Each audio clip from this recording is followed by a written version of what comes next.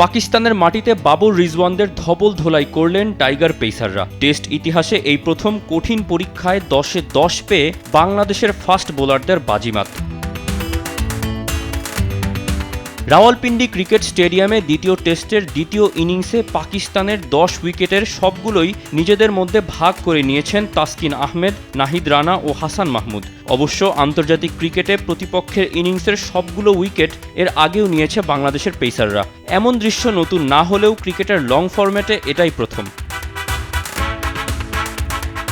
রবিবার পাকিস্তানের দ্বিতীয় ইনিংসের শুরু থেকেই চাপে রাখেন টাইগার পেসার হাসান মাহমুদ। টেস্টের তৃতীয় দিনের শেষ বিকেলে ওপেনার আবদুল্লাহ শফিক ও নাইট ওয়াচম্যান খ্যাত খুররাম শেহজাদকে আউট করে বাংলাদেশকে সুবিধাজনক অবস্থানে নিয়ে যান 24 বছর বয়সী পেসার হাসান।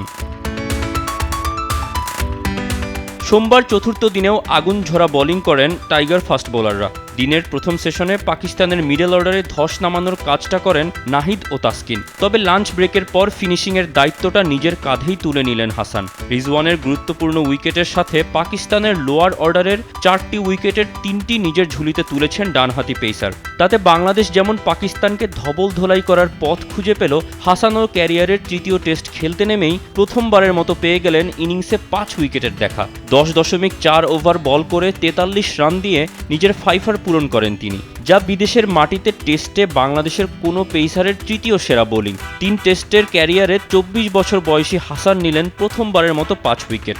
সব মিলিয়ে বাংলাদেশের সপ্তম পেসার হিসেবে এই সংস্করণে এক ইনিংসে 5 উইকেট পেলেন তিনি। পাকিস্তানের মাটিতে তো বটেই, পাকিস্তানের বিপক্ষেই তিনিই প্রথম।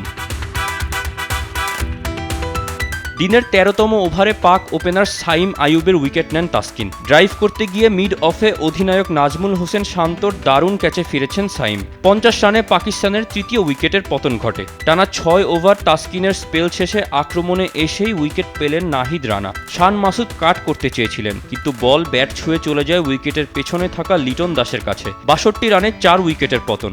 খানিক বাদেই ফিরলেন বাবর আজমও। উইকেট সেই নাহিদ রানার। স্লিপে ক্যাচ নিয়েছেন সাদমান ইসলাম। 5 উইকেট তুলে নিয়ে পাকিস্তানের ওপর চেপে বসে টাইগারদের পেস ইউনিট। পরের উইকেটের দেখা পেতেও খুব একটা অপেক্ষা করতে হয়নি। তৃতীয় ওভারের শেষ বলে এবার নাহিদ রানার বলে পরাস্ত সৌদ শাকিল। এরপর আবরার আহমেদের উইকেট। 44 রান দিয়ে 4 উইকেট নিয়েছেন এই তরুণ পেসার। এছাড়া আরও এক কীর্তি গড়েন তিনি। ঘন্টায় 152 কিলোমিটার গতিতে বল করে বাংলাদেশের সবচেয়ে গতিময় বোলার হিসেবে ইতিহাসের পাতায় নাম লিখিয়ে নিয়েছেন নাহিদ রানা।